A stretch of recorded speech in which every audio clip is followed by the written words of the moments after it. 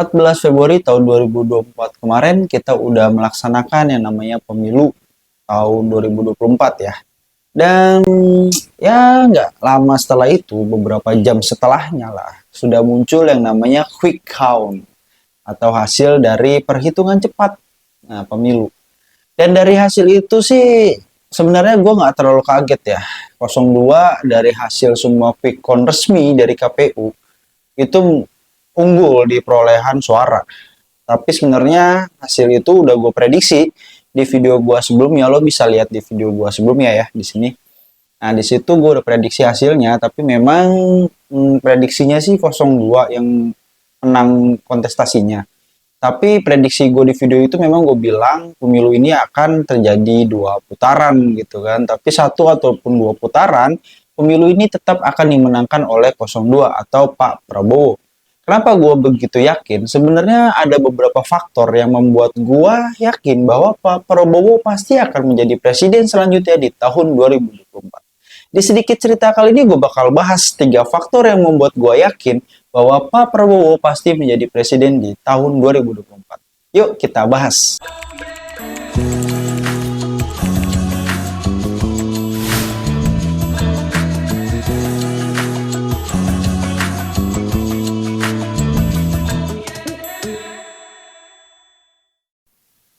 Jadi pemilu tahun 2024 sebenarnya baru aja berakhir beberapa kemarin karena di video ini gua tag itu di tanggal 15 Februari tahun 2024. Dan sampai jam sekarang gua lihat pantau terakhir gitu kan di quick count itu udah hampir 100% perhitungan lah.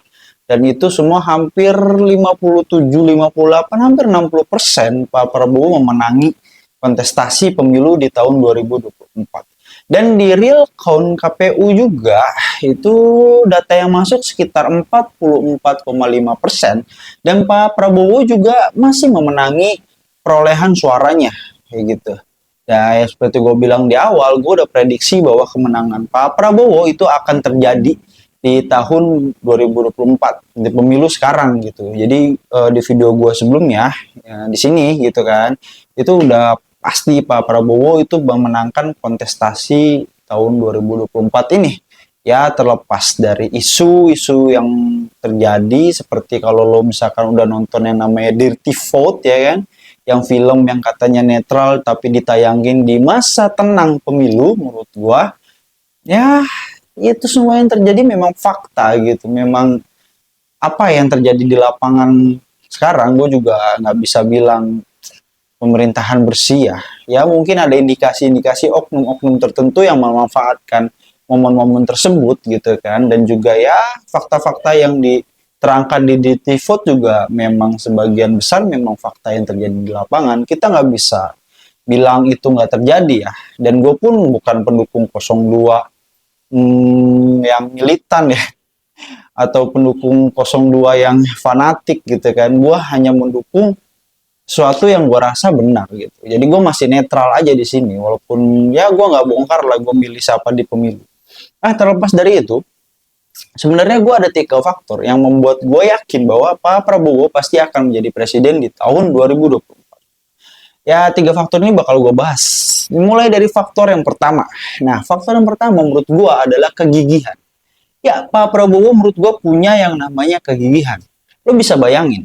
Pak Prabowo sendiri, karir politiknya itu dimulai pada saat dia sudah berhenti dari TNI. Ya sekitar tahun 1998 ya, setelah 1998 dia berakhir.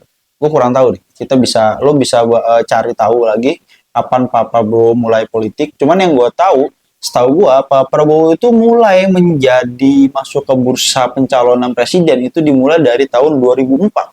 Di 2004 beliau pernah hampir dicalonkan menjadi bakal calon presiden gitu oleh Partai Golkar.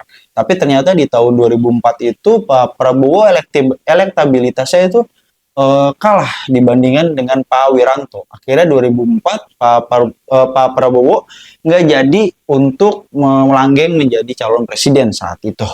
Nah dari 2004 ternyata 5 tahun kemudian di tahun 2009 Pak Prabowo kembali menjadi calon wakil presiden saat itu. Sebenarnya dia ingin saat itu yang gue tahu ya, saat itu di 2009 sebenarnya Pak Prabowo inginnya menjadi calon presiden, tapi lobby-lobby politik yang didapatkan saat itu, di mana Gerindra juga partai baru yang elektabilitasnya belum terlalu tinggi, saat itu harus puas dengan menjadi calon wakil presidennya Bung Megawati saat itu dari partai PDIP. Karena yang gue tahu lobby-lobby PDIP dan Gerindra itu adalah di tahun 2019, di tahun 2009 Pak Gerindra itu membantu PDIP untuk menjadi pencalonan presiden Bu Megawati saat itu. Dan nanti nextnya di tahun 2014 gantian nih Gerindra yang maju calon presidennya itu Pak Prabowo dan wakilnya dari PDIP. Nah, dan itu waktu itu 2009 itu kalau nggak salah, kalau lo masih ingat itu ada yang namanya singkatan Mega Pro, Megawati Prabowo waktu itu kan. Terus apa namanya SBY berbudi itu dulu kan. Terus satu lagi siapa? JK ya kalau nggak salah, gue lupa deh. Oke, terus lanjut di tahun 2014 yang gue bilang bahwa di 2009 Pak Prabowo nggak apa istilahnya dia mau rela gitu jadi calon wakil presidennya karena ya lobby-lobby politiknya nanti di 2014 PDIP akan membantu Gerindra untuk naik mencalonkan Pak Prabowo. Tapi ternyata di 2014 Pak Prabowo dihianati oleh PDIP. Ya, gue nggak tahu secara jelas pengkhianatannya seperti apa. Tapi yang jelas saat itu 2014 PDIP maju dengan calonnya sendiri, yaitu yang kita tahu sekarang presiden kita sekarang Pak Jokowi Dodo.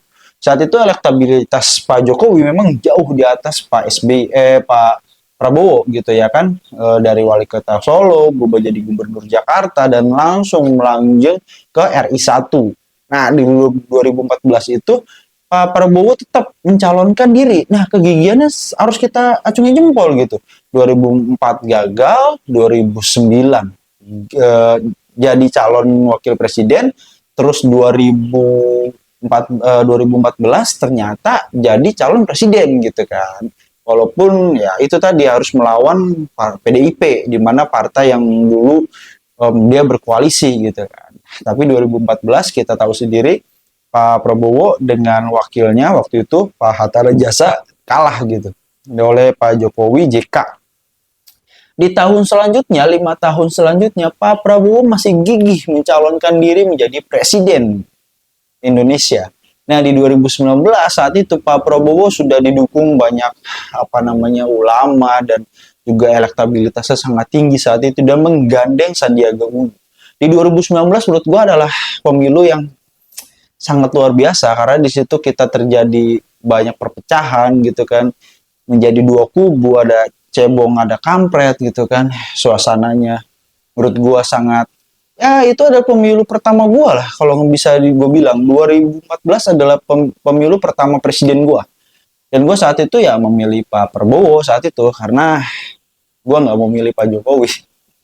Sampai sekarang gue masih nggak suka sama pemerintahan Pak Jokowi gitu. Itu preferensi pribadi ya. Nah, di 2019 ternyata Pak Prabowo kembali kalah, dan lo bayangin dari 2004 sampai sekarang 2024, berarti Pak Prabowo udah nunggu 20 tahun, lo bayangin. 20 tahun dan mencoba menjadi presiden Indonesia dan masih tetap gagal, dan akhirnya di 2024 karena kegigihannya itulah menurut gue dia pantas menjadi presiden kita di 2024. Ya, terlepas gue mendukung dia atau enggak, tapi gue akuin kegigihan Pak Prabowo adalah yang sangat luar biasa. Lo bayangin selama 20 tahun dia konsisten mencalonkan diri menjadi presiden kita Indonesia gitu kan. Ya, terlepas dari dia mungkin punya tujuan pribadi atau memang dia adalah orang yang ikhlas untuk bangsa, ya kita nggak pernah tahu ya kan. Maksud dari Pak Prabowo sendiri itu dia yang pertama. Pak Prabowo adalah orang yang sangat gigih. Yang kedua adalah Jokowi effect atau Jokowisme, terserah lah. Ya, menurut gua Pak Jokowi, gimana ya, gue bilang gue nggak terlalu suka sama gaya pemerintahan dia yang menurut gue pemimpin yang ya menurut gue bukan tipe pemimpin ideal yang gue suka lah Pak Jokowi tersebut. Gue lebih suka tipe pemimpin yang seperti Pak SBY, mungkin Pak Soeharto gue suka gitu, Pak Soekarno gue suka gitu, cuman Pak Habibie gue suka. Cuman memang Pak Jokowi bukan style presiden yang menurut gue sukai gitu. Tapi mau nggak mau, suka nggak suka, Pak Jokowi 10 tahun sudah menjadi presiden RI kita. Ya menurut gua Jokowi Effect di tahun 2024 ini sangat luar biasa. Karena bisa lo bayangin, strategi yang dilakukan Pak Jokowi ya walaupun sepenuhnya mungkin kita nggak bisa bilang itu strategi Jokowi ya, tapi menurut gua itu adalah sangat brilian. Dimulai di tahun 2019. Menurut gua pada saat Pak Jokowi di 2019 itu menarik Pak Prabowo ke koalisi, menurut gua itu adalah planning Pak Jokowi yang sangat luar biasa. Karena lu bisa bayangin nggak, kalau 2024 Pak Prabowo belum bersatu sama Pak Jokowi, lu bayangin, dia punya elektabilitas yang sangat luar biasa. Dia bakal menjadi rival Pak Jokowi yang terberat. Kalau nggak digandeng Pak Jokowi, gue yakin, gue punya prediksi, gue punya asumsi, di tahun 2024 Pak Prabowo tetap bakal menjadi presiden kita. Tapi mungkin dia bisa bersatu dengan Pak Anies Baswedan. Lo bayangin, Pak Prabowo presidennya, wakilnya Pak Anies Baswedan. Sehebat apa elektabilitas yang terjadi gitu kan. Tapi hebatnya Pak Jokowi pada saat itu mungkin sudah berpikir ke depan bahwa lawan terberat dia adalah Pak Prabowo. Dia udah yakin bahwa di tahun 2024 dengan kegigihan Pak Prabowo pasti dia mencalonkan lagi menjadi presiden. Dan di 2024 dia nggak bisa ngelawan Pak Prabowo karena yang kita tahu dia sempat mengajukan untuk 3 periode dan 3 periode itu ditolak gitu kan. Salah satunya menolak ya partai dia sendiri PDIP. Maka mungkin itu adalah jadi sumber perpecahan Pak Jokowi dengan PDIP ya, gue nggak tahu itu asumsi aja. Tapi menurut gue langkah Pak Jokowi untuk menarik rivalnya masuk ke dalam lingkup dia adalah suatu hal yang brilian di 2019. Mungkin banyak orang berpikir kenapa Pak Prabowo saat itu mengiyakan atau ikut masuk ke koalisi gitu. Karena menurut gue itu ada pilihan yang sulit untuk Pak Prabowo sendiri. Pertama kalau misalkan dia menolak, otomatis dia bakal digoreng nih. Katanya dia mau membangun negeri, tapi diajak untuk membangun negeri, tapi menolak gitu kan. Itu bakal menjadi hal yang nanti digoreng di media lah, pasti gue pasti dan yakin banget. Yang kedua mungkin Pak Prabowo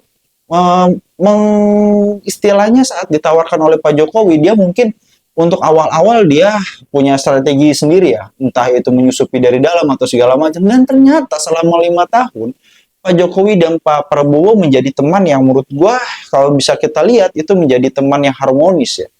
Dan akhirnya di 2024 mau nggak mau suka dan nggak suka Pak Jokowi melimpahkan kekuasaan selanjutnya ke Pak Prabowo. Dengan apa? Dengan digandengnya seorang Gibran yang otomatis itu menjadi rem untuk Pak Prabowo sendiri supaya tidak jauh melenceng dari yang Pak Jokowi inginkan. Mungkin ya itu masih asumsi. Dan itu adalah faktor kedua, Pak Jokowi. Kalau nggak ada Pak Jokowi di belakang Pak Prabowo sendiri, menurut gua kemungkinan besar masih bisa menjadi presiden, tapi presentasinya akan turun gitu. Karena Pak Jokowi sendiri yang menggait rival terberatnya menjadi teman yang menurut gua rival terberat dalam hidup adalah teman terbaik dalam hidup. Jadi Pak Jokowi melakukan hal itu dan itu luar biasa. Ya itu kedua, Pak Jokowi Effect atau Jokowisme. Dan yang terakhir ketiga adalah branding. Ya, menurut gua di tahun 2024 branding yang diberikan ke Pak Prabowo, tim sesnya atau siapapun lah yang membranding Pak Prabowo saat ini, menurut gua dia berhasil. Berhasilnya apa? Ya, branding gemoy, branding joget-joget Pak Prabowo gitu kan. Kalau kita tarik ke belakang di 5 tahun sebelumnya, pada saat pemilihan presiden di 2019, itu sangat beda, ya 180 derajat lah gitu. Pak Prabowo yang berapi-api, yang sangat istilahnya di 2019 itu sangat berapi-api, sangat penuh amarah gitu kan, untuk mencanangkan perubahan dan segala macam. Di 2024 ini happy gitu kan, gemoy, goyang-goyang, bahkan ada gimmick yang waktu itu Pak Prabowo nangis gitu, gara-gara ada di debat kedua apa ketiga, gue lupa ya, yang Pak Anies ngomong nilai Pak Prabowo gitu kan, itu di TikTok sampai nangis. Wah gila, luar biasa sih itu gimmick dan branding yang diberikan ke Pak Prabowo. Menurut gua itulah salah satu faktor yang membuat ya para Gen Z yang kalau lo tanya lo milih siapa, ya gemoy lah gitu ya, bering-bering kayak gitulah menurut gua, dan itu berhasil gitu. Dan ya tanpa kita pungkiri Indonesia memang penuh dengan sumber daya manusia yang seperti itu gitu kan. Bukan gua akuin bilang sumber daya rendah, enggak, cuma memang kebanyakan Indonesia nggak mau berpikir yang ribet aja. Kalau lo mau milih sesuatu yang ribet, yang penuh retorika dan segala macam, pasti ya manusia Indonesia milihnya yang gampang lah gitu kan, yang presiden joget-joget segala macam. Dan ya terlepas dari itu semua, itulah tiga faktor yang membuat gue yakin Pak Prabowo di tahun 2024 bisa menjadi presiden. Ya menurut gue siapapun presidennya nanti di 2024, ya walaupun sekarang quick count sudah bilang Pak Prabowo, tapi kan belum resmi ya, masih kita tunggu sampai 20 Maret. Tapi siapapun yang menjadi presidennya, menurut gua ya nggak usah kita ributin lah. Kalaupun nanti kubu 01 dan 03 mau mengajukan gugatan ke MK nanti masalah hasil dari pemilu 2024, gua harap semuanya tetap berlangsung secara damai. Karena ya kita tarik lagi ke belakang di 2019 gitu kan, kita udah ribut, pendukungnya udah banyak yang ribut gitu kan, terjadi korban jiwa dan segala macam, tapi ternyata strategi yang dilakukan Pak Jokowi saat itu berhasil, yaitu apa? Menggabungkan semua hampir keseluruhan gitu kan menjadi koalisi gitu, partai-partai menjadi koalisi. Dan entah saat itu menurut gua demokrasi kita agak kurang bagus ya, karena dari legislatif dan juga eksekutifnya itu menjadi satu golongan yang sama gitu kan. Ya mudah-mudahan dengan adanya sekarang di tahun 2024 ini, gue harap gitu kan partai yang kalah, ya PDIP, Nasdem, PKB gitu kan, Partai Umat dan partai-partai koalisi yang kalah yang lainnya dan menjadi oposisi gitu kan, tetap mempertahankan posisinya menjadi seorang partai-partai oposisi yang gue harap bisa menjadi pengereman terhadap semua kebijakan-kebijakan pemerintah yang bisa dikeluarkan. Buat gue sih itu. Jangan sampai malah menjadi seperti 2019, ujung-ujungnya mereka semua gabung gitu kan. Ya mudah-mudahan aja, kita doakan aja. Mudah-mudahan terjadi keseimbangan antara koalisi dan oposisi gitu, biar demokrasi kita lebih sehat ke depan. Ya, itu akhir dari video gua. Gua harap tetap jaga kerukunan berbangsa dan bernegara. Gue Iqbal, see you on next video.